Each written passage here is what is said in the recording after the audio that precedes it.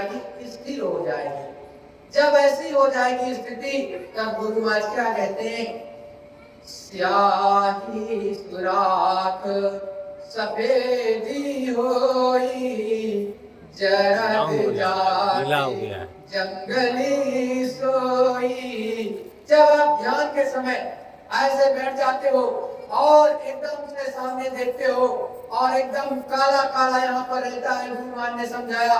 तो जब काला रहता है यही ध्यान से देखोगे तो गुरु महाराज की जब कहा विशेष दया होगी तो जो सुई की नोक के बराबर उजाले में जरा से प्रकाश आएगा तो वहीं पर सुराख हो जाएगा। सुराख मतलब छेद हो जाएगा, बहुत छोटा सा छेद। तो उसी में क्या होगा, सफेदी आने लगेगी अंदर की तरफ। काला था सफेद आ गया तो कैसा हो जाता, नीला बन जाता है। गुरु महाराज समझाते कि अब क्या होगा, जैसे ये आया प्रेमियों, वैसे जितनी जंगल है, कौन सा जंगल, जो कर्मों का, अच्छे बुरे कर्मों का, पहाड़ों का पहाड़ जो आपके इस मस्तक पर चतुसंताकरण पर रखा हुआ है, नदा है जन्मों जन्मों का, वो धीरे धीरे करके जंगल चल करके साफ हो जाता है, क्लियर हो जाता है, क्रिस्टल क्लियर हो जाता है और एकदम दिव्य नेत्र आपका शिव नेत्र खुल जाता है। जैसे शिव जी ने जो है महाशिवरात्रि पर खोला था, वैसे ही अंदर अपनी दिव्य दृष्टि को प्राप्त किया था, वैसे ही आपका नेत्र खुल जाएगा और दिखाई देने लगेगा, सुनाई देने लगेगा। ऐसा गुरु महाराज समझाते हैं। अब क्या कहते हैं गुरु महाराज, जब ऐसी दया मिली तो इसी को कहते हैं चरण कमल मिलना। क्योंकि चरण कमल जब तक नहीं मिलते प्रेमी भाई बहनों, तब तक आपको न दिखाई देगा और न सुनाई देगा। इस बात को गांठ बांध दो। और जब चरण कमल दिखाई देते हैं तो सबसे पहले एकदम बहुत जैसे एक शीशा, उसी में से एकदम प्रकाश निकलता है और वो समझ लो टेलीस्कोप है, वो सूक्ष्मदर्शी क्या, वो दूरदर्शी लगा है। दूरदर्शी तो टेलीस्कोप या दूरबीन के ऊपर की चीजों को देखने, वो समझ लो दूरबीन है आपके आंखों के सामने और चरण कमल जड़े हैं गुरु के, बस उसी को ऊपर गुरु दया उतार देते हैं और वो चरण कमल आपको दे देते हैं और जैसे वो खिल उठे खुले, वैसे ही आपको वहां पर एक दिव्य एक तरह से शीशा दिखाई देता है। और शीशे में ये सूरज को पहले देखती है, पहले अपना दीदार करती है।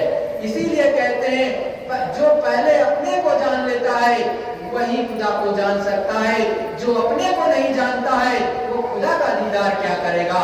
इसलिए सबसे पहले सद्गुरुदयाल अपने गुरु महाराज आपको चरण कमल बख्शीश करते हैं। जब चरण कमल मिल जाते हैं प्रेमियों, तो उसी चरण कमल के माध्यम से अंदर की सारी रचना और गुरु के दर्शन होते हैं और कोई विधि नहीं है दूसरे के द्वारा आपको कुछ दिखाई दे, सुनाई दे। तो प्रेमियों, जब ऐसी दया उतरती है, जब चरण कमल मिल जाते हैं, अपना भव्य रूप ये देखती है सूरज जीवात्मा, अपने को ही देखती है और बड़ा ही सुंदर सुहावना आपका स्वयं का जो आप सब बैठे हो आपका रूप है, वो रूप देखोगे और मगन हो जाओगे कि गुरु महाराज आज तो इतनी बड़ी दया हो रही है कि मेरे सामने ही जैसे शीशा लगा है और मैं अपने को ही देख रहा हूँ, देख रही हूँ, बड़ा ही सुहावना रूप आपका, और मगन हो जाती है और गुरु को प्रणाम करती है, सत कोटि कोटि बार प्रणाम करती है। हे सतगुरु दयाल, आपकी दया से मुझे ऐसी दया मिली, आज तक ऐसी दया नहीं मिलती। क्योंकि वो जब दया मिल प्रेमियों तो अपार ठंडक, अपार सुरूर आपके अंदर जागृत हो जाता है, यह मन मस्तक एकदम मगन हो जाता है और इतनी दया के आधार बढ़ जाती है कि प्रफुल्लित हो जाता, अंग अंग आपका प्रदाएगा। और तब कहते हैं तिल्ले ताल तरंग बखाना, अनहद नाद बजे झनकारा। अरे जैसे ही चरण कमल सद्गुरुदयाल आपको देंगे, इतनी बुलंद आवाजें सुनाई देने लगेगी, झन झन झन झन झन झन। कभी कभी गुरु महाराज की ऐसी दया होगी, सन से आवाज आई, तर तर तर तर तर तर, एकदम से पूरा शरीर आपका डग डग डग डग डग ऐसे हिल जाएगा, रोम रोम आपके एक एक बाल खड़े हो जाएंगे। अरे हो गया। अरे प्यारे भाई बहनों, ये वो दया है जो गुरु महाराज कहते कि ज्वार भाटा आएगा और बड़े बड़े जहाज निकल के चले जाते, ये वो दया थी जिसको पाने पर आप डर जाते हो, अरे मेरा शरीर ना छूट जाए, मेरा हार्ट अटैक ना हो जाए। अरे आपको तो प्रसन्न होना चाहिए, प्रफुल्लित होना चाहिए। बहनों, आप सबसे पहले डर जाते हो, अरे डरो मत। ये गुरु की विशेष दया है जो अनाम देश से आती है और उसके बाद में सतलोक धाम आती है। सतलोक धाम में सतपुर है, वहां पर आई और वहां से तीसरे धाम और तीसरे धाम से सीधे आपकी जीवात्मा पर सतगुरु दयाल ने भेजा है। ऐसी मेहर और दया किसी किसी बिरले पर होती है, लेकिन उसको पाने के बाद डरो मत। आपके अंदर ऐसा भाव जगे कि हे मालिक, हे दाता दयाल, जितनी जल्दी हो फिर से उतार दो। जितना कलमलकाई हम पर नदी है, जितने हमारे इस चतुर्थ अंतःकरण पर, मन बुद्धि चित्त और अहंकार पर जितनी भी गंदगी लदी है, सब साफ हो जाए मालिक, और हमको अपने देश ले चलो। हम तो आपको पाने के लिए और आपका देश पाने के लिए तड़प रहे हैं, तड़प रहे हैं मालिक, दया कर दो। और कोटि कोटि बार आप अपने सतगुरु को प्रणाम करो, धन्यवाद दो। तो गुरु महाराज 2-3-4 दिन बाद फिर उतार, फिर जब आएगी वैसे तड़तड़ आवाज, फिर आपका पूरा पूरा जो है शरीर कांप जाएगा, एकदम हिल जाएगा, ऐसे लगेगा इतना तेज तो दुनिया में कोई आवाज मैंने सुनी नहीं, ऐसी बुलंद आवाज वो होगी। तो प्रेमियों, ये 2-3-4 बार होगा, उसके बाद वो शांत हो जाएगी। अब क्या होगी? अब गुरु महाराज समझाते कि अनहद सुने गुने नहीं भाई। अब भाई अनहद को सुनने लगे, ऊपर से जो आवाज आ रही वो अनहद वाणी, उसी को कलमा, उसी को आयतें, उसी को शब्द, उसी को नाम कहते, वो जब आने लगा प्रेमियों, अब क्या हुआ? उसको गुनना है आपको कि सुनने तो लगे, झंकारी तो आने लगी, लेकिन उसको सुनना भी तो पड़ेगा और सुन करके गुनना पड़ेगा। मतलब उसमें गुरु महाराज ने समझाया था आपको कब कि जब भजन करोगे, ध्यान करोगे, सुमिरन करोगे, तो उससे पहले आवाज बताइए, हर ध्वनि की आवाज बताइए। पहले स्थान कीजिए, दूसरे स्थान कीजिए, तीसरे स्थान कीजिए, चौथे स्थान कीजिए, पांचवें स्थान कीजिए। तो उसमें यह देखा जाता है, छांटा जाता है कि कौन सी आवाज आ रही। जो आवाज आ रही पहले स्थान वाली, देखो जो मंदिर में जाके टन से बजा देते हो वो वाली तो नहीं आ रही, या पंडित जी जो फूंक करके मुंह से बजाते वो वाली तो नहीं आ रही। अगर वो वाली आ रही तो उसको ध्यान से सुनो कि वो वाली गुरु महाराज ने बता रखी। अब धीरे धीरे उसको सुनते सुनते सुनते सुनते उसी में लय हो जाओ। जैसे मैं यहाँ से बोल रहा हूँ और कोई गुरु भाई बहुत दूर बैठा है तो बड़े कान लगा के सुनता है कि क्या कह रहे हैं, वैसे ही तुम अंदर की तरफ आप ऊंचा ध्यान, जैसे गुरु महाराज आपको जब नाम देते तो और भजन पे बिठाने से पहले कहते ऊंचा ध्यान रख के सुनो, ऊंचा। तो क्या होता है प्यारे भाई, एकदम ऊपर से आ रहा, नीचे कुछ नहीं है। नीचे गुरु महाराज ने समझाया पातालपुरी है, तो नीचे कुछ नहीं है। कभी भी आप ऐसे ध्यान में बैठे तो ऐसे वो लोग अपना सर कर लेते हैं, सर या अपना हेड ऐसे कर लेते हैं, गर्दन ऐसे नीचे होती चली जाती है, गलत है। आपको ऊपर से दया मिलेगी तो दिखाई नहीं देगा। जैसे मैं सामान्य देखो ऐसे बैठा हूं, देखो सामने देखो, या हल्का सा ऊपर कर सकते हो, बहुत ऊपर करोगे तो गर्दन दर्द करेगा। तो ऐसे बैठो, क्योंकि सूरज ऐसे है, इसकी दृष्टि क्या ऐसे आंख है, ऐसे ऊपर की तरफ देखती है हल्का, और ये ऊपर की तरफ जाएगी, नीचे नहीं जाएगी। नीचे तो बहुत बड़ी सुरंग है, तो उसमें घुसने से कोई फायदा नहीं, क्योंकि वो तो पाताल लोक गई है। गुरु महाराज ने समझाया हमको आपको ऊपर जाना। तो अब आपको वो जो नाद बज रहे हैं उसको पहचानना है। इसीलिए कहते हैं अनहद नाद बजे झनकारा, मोहन मुरली बजे सुहानी। आज भी वो मोहन की मुरली बज रही है ऊपर में।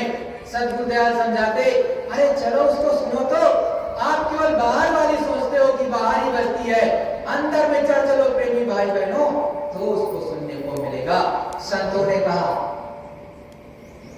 अनहद की धुन प्यारी रे साधो, अनहद की धुन प्यारी। पहले तो रिल मिल बाजे, पचवा से न्यारी रे साधो, अनहद की धुन प्यारी। पहले बड़े हल्के हल्के बजती, जैसे गर्मी ज्यादा होती है तो बबूल का कोई पेड़ हो, कीका का हो, या यहाँ किसी दूसरे नाम से जाना जाता हो, तो वहां जाते हो तो देखते हो एक आवाज आती है, ची। तो ऐसे कोई आवाज आपको चिड़ियों की आवाज गुरु मारने का सुनाई देगी, चहचहाट की आवाज, ची की कोई दूसरी आवाज सुनाई देगी। तो आप पहले रिलमिल बजता है, मतलब समझ में नहीं आ रहा, आ रही है, तो आपको याद रखना दाहिने तरफ, ये दाहिना हाथ दाहिने तरफ, या बीचों बीच एकदम याद रखना।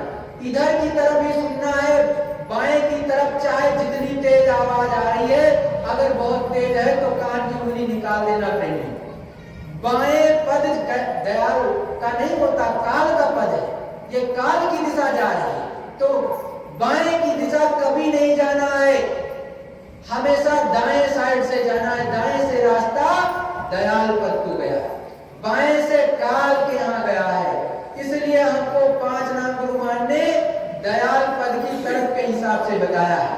तो एक धार है ले जाने की और एक धार है नीचे गिराने की, ऐसे गुरुमान ने समझाया। एक धार नीचे लाने की, एक धार ऊपर ले जाने की। तो हमको तो आपको ऊपर जाना है, तो दयाल पद में जाना है। तो जो गुरु महाराज ने जैसे बताया है, दाहिने साइड से ऊपर चढ़ चलना है।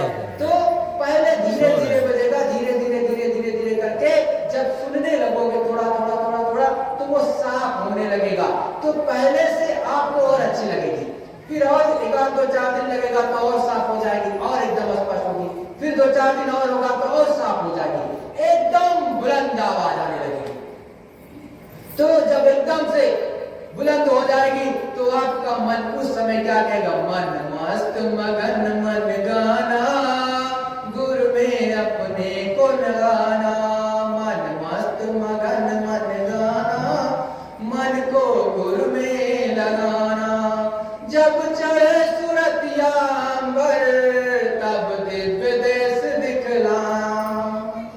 ये जब आपकी सूरत वो शब्द देखने लगेगी, शब्द को पीने लगेगी, शब्द सुनते सुनते मस्त हो जाएगी। मतलब मन एकदम भंवरे की तरह से लुभा जाता है। जैसे एक कहते नहीं, कमल दल खुला है, कमल का फूल, और उसी पर घूमते घूमते भंवरा लुभा जाता है, उसी में बंद भी हो जाता है।